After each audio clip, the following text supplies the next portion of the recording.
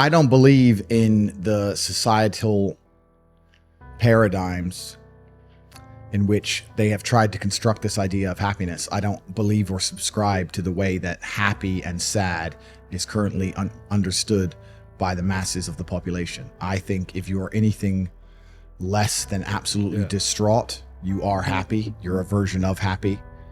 It's like saying gray is a version of black, right? No matter how light the gray is, you can still call it a version of black.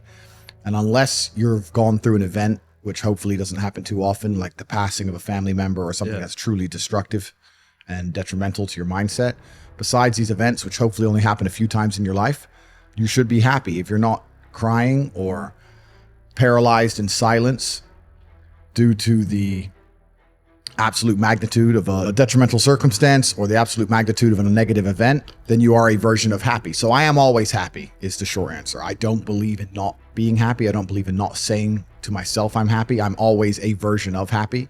And this idea of chasing happiness and always being concerned and preoccupied with how happy you are is actually the biggest mistake that a lot of people make, I think, in the world today. Especially men who wake up and go, oh, I don't really feel happy, so I need to get happier. And that's how they end up down a hedonistic path of drugs or alcohol or gambling, chasing pleasure. I don't care how I feel. I don't care if I feel happy or sad. It doesn't really affect what I do each day. I do the exact same things. I act the exact same way. I don't care. I don't put weight to the significance of the emotion. So I always consider myself a happy person, but if I woke up and I was slightly less happy one day than another, it wouldn't affect anything I do and I wouldn't put any relevance to it. I'm human and that's life. So yeah, am I any happier now that I have hundreds of millions of dollars than before I was broke? Not really, but I was never unhappy. I'm the same state that I was then that I am now. I have work to do and I will do it. It's as simple as that. Well, also, there's no light without dark, and there's no joy without pain. You can't have a rainbow without a little rain. No matter how hard you chase pleasure and happiness, there's going to be dips and troughs in between. There's going to be come downs and downtrends, and you're going to have the juxtaposition between that time you were laughing your head off and acting giddish like a child, and the time that you feel depressed as such. And I think it's much better to just adopt a very disciplined, stoic mindset. I'm always the same base level of happy regardless. If I lost all of my money today, I would be the same happy.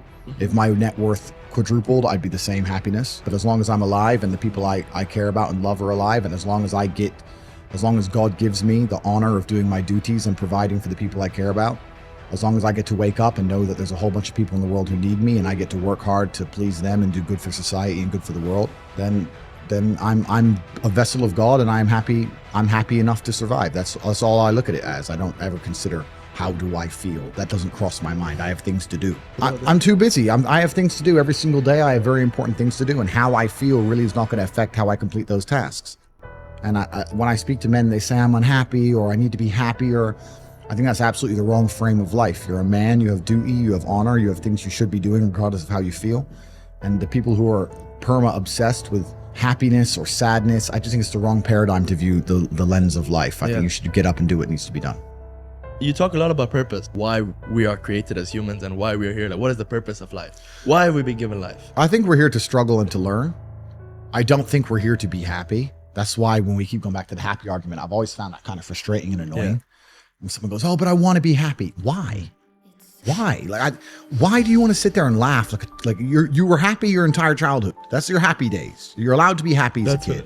It's all over now, right? You're a man. You have responsibilities. I think we're here to do important things, and important things are going to be difficult, and they're going to be hard, and you're going to get frustrated. But that's what gives you purpose. I think we're here to struggle. I think we're here to endure pain. I think we're here to just see how hard we are to kill. I think that going through terrible things and living through them and coming out the other side is one of the most fantastic things about being human. I think that it's almost like once you understand what life is really about, there's no emotion which isn't enjoyable. The only emotional state which can be seen as detrimental is feeling nothing at all. But if you're sitting at home and you're feeling truly heartbroken, at least you're feeling something, right? And I think that's the whole part of being human. I think we're here to struggle. I think we're here to go through pain. I wake up each day and go, what can I attack? What problem can I solve? And look at history. Why did Genghis Khan wake up and want to conquer the whole world? Why did Napoleon conquer the world? Why did Alexander the Great conquer the world? Just wake up and just say, give me this, give me that. I want all of it. Yeah. There's an army there. They're really big. We're better. It's intrinsic. You need to go and conquer. That's the purpose of life. You believe that God created us. So why did God create us to struggle? Because if you don't struggle, you don't learn. God created us to learn and understand ourselves and understand other people and understand the world. And what did I say earlier? I said that you don't learn a lesson without pain. So you have to struggle to learn anything. There's only two ways to learn things, the hard way or the harder way. If you're smart, you can learn the hard way.